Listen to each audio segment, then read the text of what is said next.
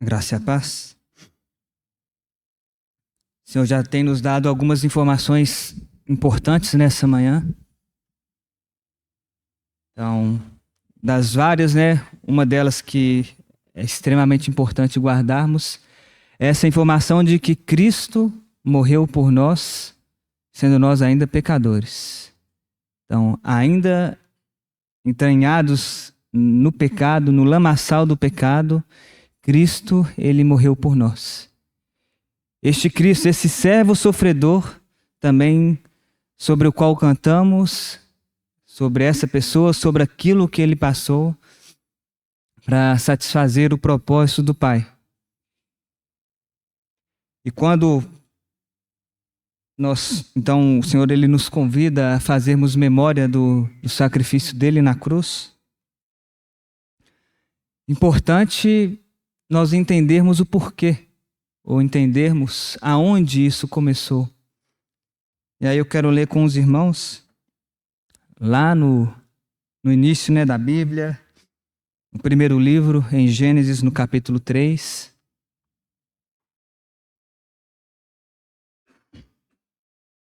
Quando ali é relatado como se originou essa necessária obra que o nosso Senhor Jesus Cristo teve que fazer. Então, ali em Gênesis capítulo 3, no primeiro versículo, é relatado que a serpente mais sagaz que todos os animais selváticos que Jeová Deus tinha feito, disse à mulher: é assim que Deus disse: não comereis de toda árvore do jardim?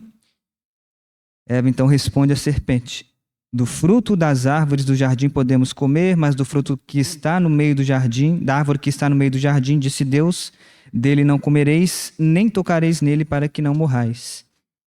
Então a serpente disse à mulher: é certo que não morrereis, porque Deus sabe que no dia em que dele comerdes, se vos abrirão os olhos, e como Deus, sereis conhecedores do bem e do mal. Eva então, vendo que a árvore era boa para se comer, agradável aos olhos e árvore desejável para dar entendimento, tomou-lhe do fruto e comeu, e deu também ao marido, e ele comeu. Então, os olhos de ambos eles se abriram e eles perceberam que estavam nus. Então cozeram folhas de figueira e fizeram cintas para si. E quando eles ouviram a voz de Jeová Deus, que andava no jardim pela viração do dia, eles se esconderam da presença de Jeová Deus, o homem e a sua mulher, por entre as árvores do jardim. E clamou Jeová Deus ao homem e lhe perguntou: onde estás? Ele respondeu: ouvi a tua voz no jardim, e porque estava nu, tive medo e me escondi. Então, de novo aqui o versículo 9, Jeová Deus, ele chama ao homem e lhe pergunta: onde estás? E, irmãos, geralmente, quando... Então, isso que nós lemos aqui, isso mostra essa escolha do homem em se tornar independente de Jeová Deus, em, por ele mesmo, compreender aquilo que é bem, aquilo que é mal, e por ele mesmo tomar a sua própria decisão, o seu próprio caminho. E quando isso acontece, quando o homem toma essa decisão, ele não suporta mais, ele não consegue mais se colocar diante da presença de Jeová Deus, por causa da santidade de Jeová Deus, e por causa dessa nudez e dessa situação agora de um corpo corrompido pelo pecado em que ele se encontra. E aí ele precisa se esconder de Deus. Deus, entre aspas, não encontrando ao homem: onde estás? Só que, irmãos, geralmente, e esse é o ponto, porque quando nós vamos... E aí é uma pergunta muito comum que o mundo faz, e não deveria ser uma pergunta comum que nós fazemos. Quando em meio às várias tragédias, por mais cruéis que elas sejam, tragédias ou situações justamente que se originam desse pecado, dessa rebeldia do homem. Então, todos os demais pecados se originam dessa escolha que o homem fez. E isso vai trazer tudo que hoje nós presenciamos, ou tudo que não somente hoje a nossa geração presencia, mas desde ali do pecado e da queda do homem até as gerações que virão, se a história desse mundo assim prosseguir. Mas todas essas situações de tragédia, e quando elas são muito caóticas e calamidades muito grandes, o mundo vai perguntar: e onde está Deus nessa situação? Onde está Deus quando, como eu li essa semana, um próprio pai estupra a filha? Onde está Deus quando Rio Grande do Sul é inundado? Onde está Deus na guerra ali da Ucrânia? Onde está Deus ali em Israel, nessa situação também que, desde que eu compreendo o mundo, né, desde que eu tenho alguma consciência, algum discernimento, eu também consigo acompanhar. Onde está Deus? Onde está Deus quando eu não tenho trabalho? Onde está Deus? Né, talvez uma irmã casada perguntando, na minha esterilidade, onde está Deus? Só que se nós, como cristãos e como servos do Senhor, fazemos essa pergunta, irmãos, talvez não estamos compreendendo que tudo isso é consequência do pecado. E talvez não estamos compreendendo que o problema não está em Deus, o problema está em nós. Deus não é o problema, não foi Deus que se escondeu. Nós nos escondemos de Deus. A pergunta deveria ser: onde nós estamos? Onde nós estamos quando Deus, Ele se aproxima de nós, desejando restauração, desejando comunhão? Ou também um texto conhecido ali pelos irmãos, quando Jesus ele está falando e sendo duro ali com os escribas, com os fariseus, e no final do capítulo 23 de Mateus, o Senhor Jesus ele faz essa declaração, né, ali no versículo 37, Jerusalém, Jerusalém, que matas os profetas e apedrejas os que te foram enviados. Quantas vezes quis eu reunir os teus filhos, como a galinha ajunta os seus pintinhos debaixo das asas, e vós não os quisestes. Quantas vezes, irmãos, o Senhor, Ele vem de encontro a nós, desejando nos abrigar, desejando nos consolar. E nós não queremos estar debaixo das asas do Altíssimo. Ou uma situação também, já lembrada até há pouco tempo aqui, quando ali na igreja de Laodiceia, em Apocalipse 3, também um texto extremamente conhecido, aquela igreja ensoberbecida, aquela igreja que não conseguia enxergar a sua situação de miséria, de pobreza, de cegueira, de nudez.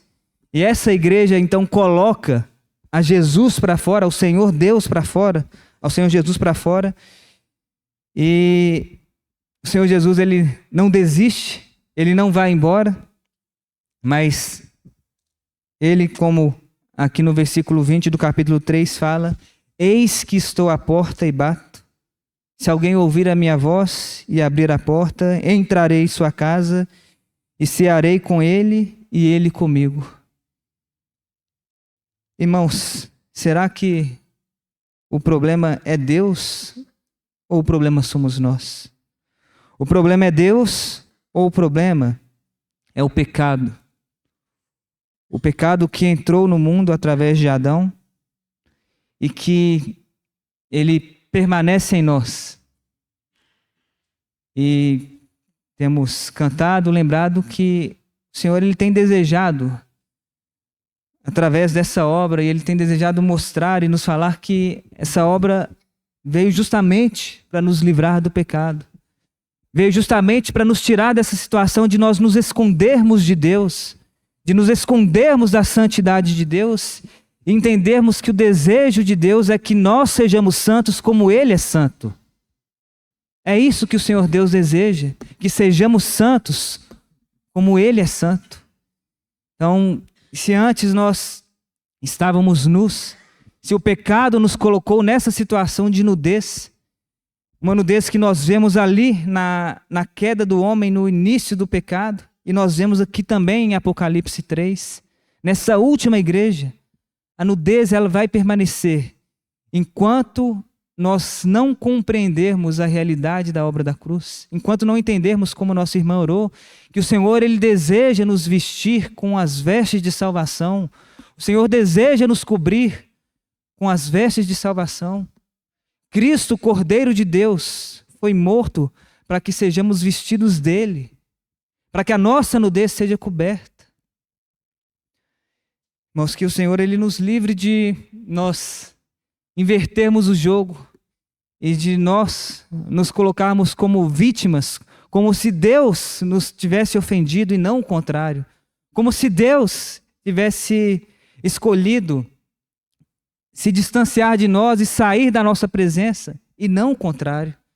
Porque também, como já orado, irmãos, o movimento sempre vai ser do Senhor vindo a nós. A insistência sempre vai ser do Senhor para conosco, do Senhor batendo a porta, do Senhor querendo nos ajuntar como aqueles do seu ninho debaixo das suas asas. Mas o que nós faremos? Ou o que nós fazemos? Nós somente quando nos enxergamos em situação de aperto, nós vamos ali buscar a presença do Senhor? Não, irmãos. Esse texto de Hebreus 10, né, ele nos mostra e nos fala como que essa obra ela teve o poder de romper, de rasgar esse véu, para que nós, agora se antes, né, também como Hebreus fala, se antes era só o sumo sacerdote e somente uma vez ao ano ele podia estar diante da presença do Santo Deus, mas agora todos nós que cremos em Cristo, todos nós que fomos lavados pelo seu sangue, nós somos chamados para estarmos constantemente diante do Santo Deus, no Santo dos Santos, desfrutando da sua presença, desfrutando da sua comunhão. Então, que o Senhor nos livre, irmãos, de vermos as situações que são consequências do pecado e elas virão.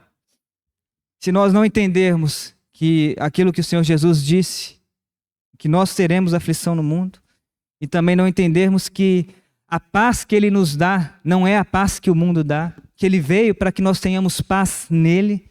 Se não entendermos isso e se os nossos olhos não estiverem nele, nós seremos cegos como o mundo é.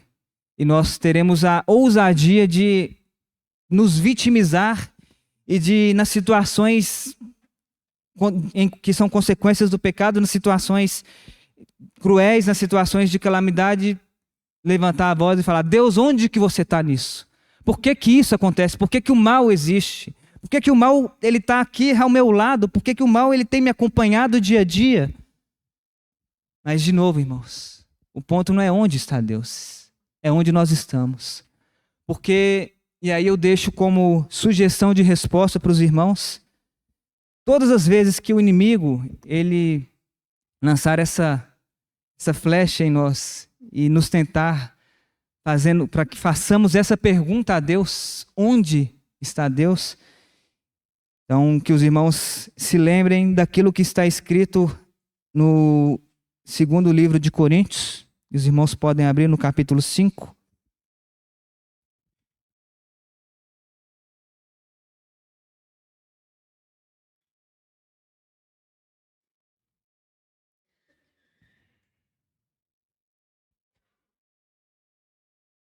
Segunda Coríntios, capítulo 5, versículo 18. Ora, tudo provém de Deus, que nos reconciliou consigo mesmo por meio de Cristo e nos deu o ministério da reconciliação, a saber que, onde está Deus? Deus estava em Cristo, reconciliando consigo o mundo, não imputando aos homens as suas transgressões, e nos confiou a palavra da reconciliação. Versículo 21, né? Aquele que não conheceu o pecado, ele o fez pecado por nós, para que nele fôssemos feitos justiça de Deus. Essa é a resposta, irmãos. Onde está Deus?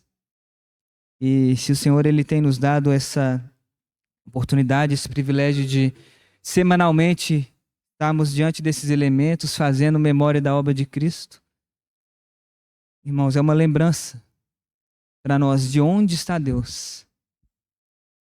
Deus estava em Cristo, reconciliando consigo o mundo.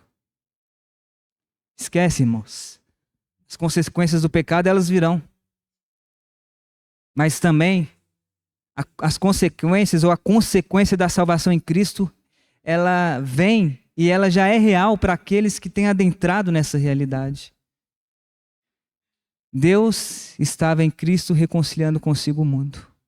O desejo de Deus sempre é restaurar o homem para si, restaurar a comunhão do homem para com Ele. E que o Senhor ele nos ajude a entendermos isso, a entendermos que, ainda que essas situações de tragédia elas virão, ainda que essas situações de tragédia elas se farão presentes na nossa vida, mas Deus está conosco. Deus estava em Cristo e Deus está conosco. Deus tem nos sustentado, a graça dele tem nos sustentado. Irmãos, e o Senhor nunca vai nos desamparar. Nunca. Nunca estaremos sem amparo da parte de Deus. Mas ele sempre vai estar ali com as suas asas, desejando nos recolher e desejando nos abrigar debaixo dela. Sempre vai estar tocando a porta, desejando que abramos a porta para que ele entre e para que ceiemos com ele e ele conosco. Então que o Senhor ele fale conosco e, como sugestão, eu convido os irmãos a cantarmos O Bom Pastor Buscou-me. Porque esse é o movimento, é o bom pastor indo atrás da ovelha que saiu, da ovelha que se desviou. Porque ele mesmo nos restaurou a Deus. Senhor, agradecemos porque mais uma vez o Senhor tem nos mostrado a manifestação do teu amor através desta obra, através do sacrifício do teu Filho. Ó Pai, obrigado porque não foi o Senhor que se escondeu de nós. O Senhor nunca se esconde de nós. O Senhor tem desejado que estejamos diante de Ti, em santidade como o Senhor é santo. Obrigado porque o Senhor tem desejado que sejamos transformados pela vida de Cristo. Obrigado porque o Senhor tem desejado que vivamos na Tua presença em comunhão contigo. Senhor, que vejamos ao Senhor nas nossas vidas, mesmo, Senhor, em meio às tragédias, mas que vejamos o Senhor e vejamos como o Senhor é bom. Vejamos como o Senhor tem nos amado, como o Senhor tem nos fortalecido, como o Senhor tem nos consolado. Obrigado, obrigado a Ti, Pai. Obrigado pelo Teu Filho. Obrigado porque o Senhor nos deu o Teu Filho. O Senhor entregou o Seu Filho como oferta, Senhor, para que todos aqueles que nele creem tenham a vida eterna na própria pessoa de Jesus Cristo. Obrigado porque é através da obra de Cristo, do sangue de Cristo, que hoje nós somos feitos filhos de Deus. Senhor, obrigado por essa filiação que nós temos. Obrigado porque Cristo é o nosso irmão. E que o Senhor continue falando conosco. Nós oramos a Ti no nome de Jesus. Irmãos, então é um momento que o Senhor ele tem chamado e convidado aqueles que já o reconheceram como Deus, como Senhor, como Salvador, a participarem desse momento, não para marcarem tabela, não para cumprirem algum dever religioso, não com medo de, se não participarem, Deus vai castigar vocês, mas compreendendo que o Senhor Jesus, Ele tem desejado cear conosco, E Ele tem nos dado esse momento para nós lembrarmos do sacrifício dele em nosso favor.